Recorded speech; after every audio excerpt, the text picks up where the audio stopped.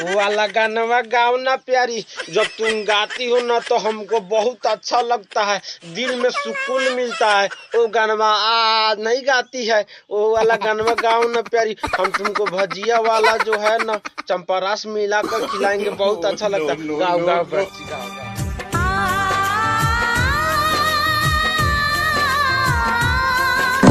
बाप रे इतना अच्छा गाती हो, बाप रे हमको पहले से मालूम होता ना प्यारी तो तुमको हम कपिल शर्मा का शो में ले चलते, आइडियल तुमको ले जाते हैं।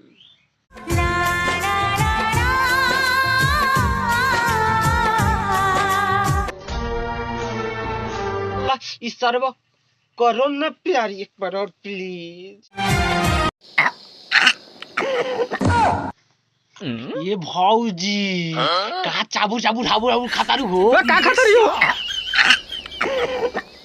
पियरे पियरे बा कौन हो? हमें बुझाता मैदान खाता रही हाय तारा का बुझाता।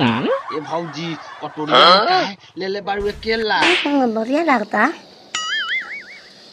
हम लोग खिलावन ना 2-3 पीस, हम लोग मन करता है खाए खतरा। क्या क्या क्या छिना नमक नहीं घोल डालना।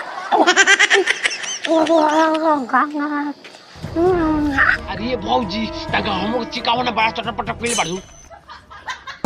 बाप रे बड़ी नमक बाहो भाऊजी। तोहर दीदी आवतारी हो देख खिया द काय भागतारू डरे छत पर ना खिया पड़ी बड़ी हवेल भाऊजी बिया रे।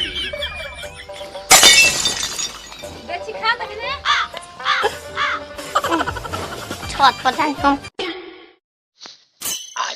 ए भाऊजी का अपने से हाबू हाबू गाबू गाबू घोंसले मारू आनो ना हम हजाम में फिटकिरी मिला के फिटकिरी लगा जाएगा मेला देखे हम दाढ़ी बना के ना जाए का। भाऊजी चलू मेला देखे का ओइसे सजा तारू झगड़ा तारू चलो ना हमें तारा के घुमा दी मेला बुलेट पर भाऊजी बुलेट पर भाऊजी चलो ना घुमा दी बुलेट पर पगलो पगलो पगलो अपने छिंदो जा तो लिया।